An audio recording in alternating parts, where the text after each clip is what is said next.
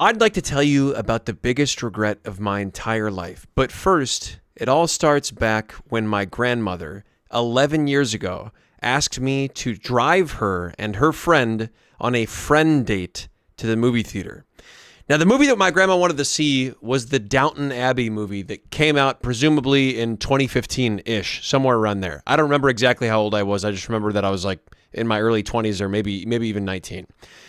Downton Abbey, I had no clue what it was, and you can Google it. I'm not going to put it on screen. You can Google it if you want, but I had never heard about it before. So I essentially just assumed that it was old people entertainment, I guess. I had no idea what it was. And it's Downton is not a word that I'm used to hearing. So when my grandma said, "Hey, I want to go see the new Downton Abbey movie with my friend insert name," I don't remember what her name was. I said, Downtown Abbey? What is that? What is Downtown Abbey? And my grandma, every single time I did that more than once. Every single time I did it, she quickly and firmly corrected me to let me know that it is Downton, not downtown. So in my mind, when just by how fervently she was correcting me, in my mind, it was almost as if pronouncing it correctly was a status symbol among old people. So I bottled that up. You know, no, not that I bottled it up, but I kept it saved away in my mind for later. To like, if I ever wanted to score some bonus points with some old people, I'd be like, "Hey, you guys watch Downton Abbey?" And I would make sure to not say downtown.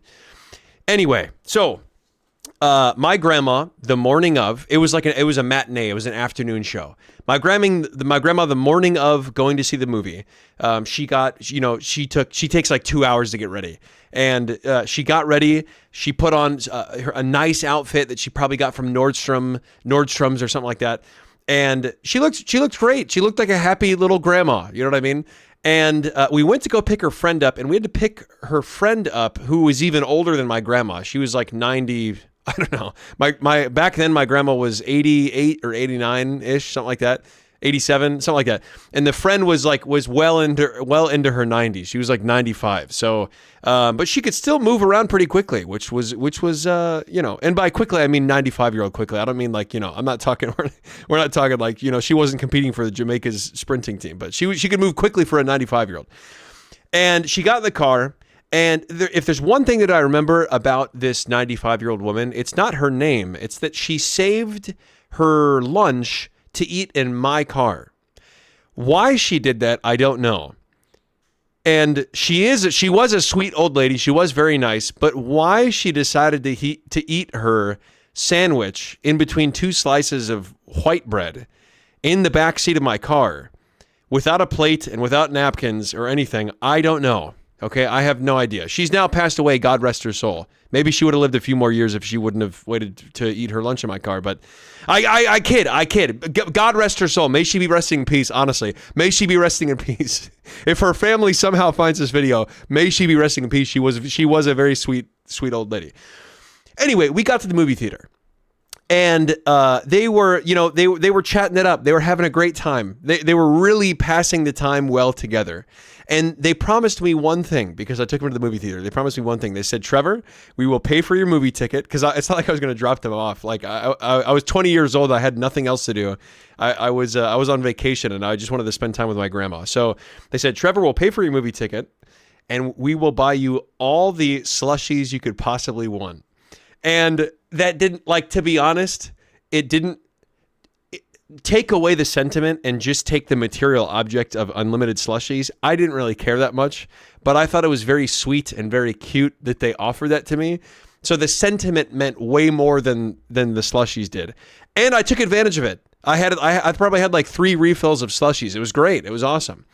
And to my surprise, when we sat down, I was basically escorting my grandma and the other lady around, the friend around, and they liked that. They liked having a young man walk them around.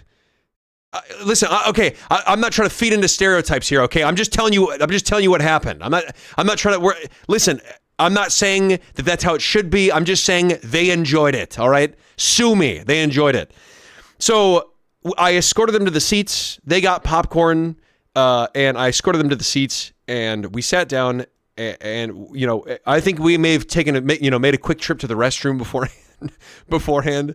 I can't remember, but we sat down, and I remember actually enjoying the movie. I thought the movie was actually quite good. It was at the very least, it was visually entertaining, and I do remember vividly actually enjoying the movie, thinking it was a good time. And when we finished the movie, we concluded. We went. I took the lady back to her house, dropped her off, walked her inside, got back in the car with my grandma.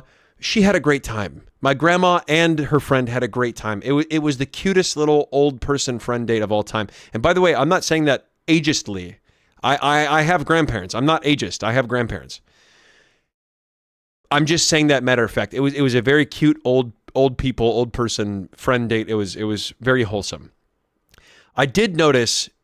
Quick aside. I did notice there were several white breadcrumbs scattered around my back seat that I had to vacuum out. I did notice that. Okay, I'm over it. Okay, it's not like I'm not still thinking about this. I'm over the fact that there was breadcrumbs in my back seat and she ate her lunch in my car without a plate. I'm over it. It's not like I'm holding a grudge. I just remember it. Okay, I'm just sharing details about the story with you. Anyway. If there's one thing I want you to take away from the preface of this story, we haven't even got to the part that I regret yet. If there's one thing I want you to take away from the preface of this story, it's that if you are going to talk about Downton Abbey to old people, you better pronounce it Downton. Do not say downtown. They hate that. Okay? They hate it. I don't even know if it's still popular, but back then they hated it. Let me just tell you that. So I permanently had that locked away in my brain. It's essentially a core memory at this point. Now, fast forward a few months. I am in the JFK airport in New York, about to board a plane to go to Spain. I had a layover flight in Spain, probably in Madrid, and then I took going from Madrid to Valencia, which is where I was studying. And I boarded the plane, and it was one of those planes where it's like 2 seats on the side, 4 seats in the middle, 2 seats on the side.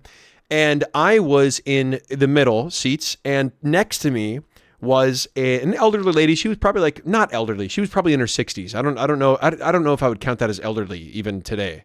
But the person that she was with, the other lady she was with, I would certainly say was elderly. She probably was the mother of the 60-year-old. So you can infer she was at least in her upper 80s, probably in her lower 90s-ish. But they were very sweet, and they were very bubbly, and they were very high energy, but not annoying. They were just very wholesome, high energy, happy people. And it was nice. I was glad. And actually the other seat was empty. So it was me and then an open seat and then them. So very pleasant experience. But I sat down in my seat next to them and they were being all bubbly and happy. And I immediately threw in the little, the wired earbuds they give you to sit down, and plugged it into the in-flight entertainment and was sifting through it.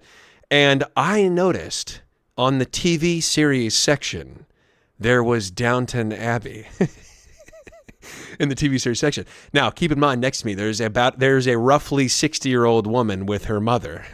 So you can imagine the huge opportunity I had to turn over to these two ladies and say, "You ladies know they got Downton Abbey in the TV series section of the in-flight entertainment?" You can imagine the home run brownie points. Bro, that would have been a lob ball tossed up and just home run brownie points with the two people that I was sitting next to. Because you have to understand, old people love Downton Abbey. And me. Old people and me love Downton Abbey. I thought it was a good movie. Okay, I'm not even bashing it. I'm not even saying I'm not saying it's only old people. I'm saying I'm saying I've only ever heard old people talk about it and me right now.